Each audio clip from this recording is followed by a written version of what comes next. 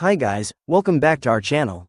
Today, we're in the Pitt Meadows area working on a full multi-stage cut and polish and ceramic coating for this stunning blue Mustang GT350, right at the client's home. We specialize in mobile car detailing, mobile mechanics and paint correction services across Metro Vancouver. We start with a foam wash, and after letting the foam dwell for a few minutes, we will perform a careful hand wash using the 2-bucket method to prevent any new swirl marks. Now we're moving into the clay bar treatment. This is where we remove any bonded contaminants like tar spots, fallout that regular washing can't handle. Next up is our multi-stage cut and polish process.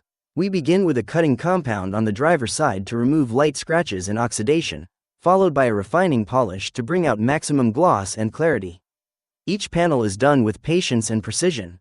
We've started with the driver's side, carefully working our way around the vehicle, including the hood and passenger side, to make sure the finish is even across the entire car.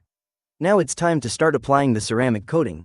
Here you can see a layer of the coating after application. We'll leave it for 12 to 24 hours before coming back tomorrow to wipe and finalize.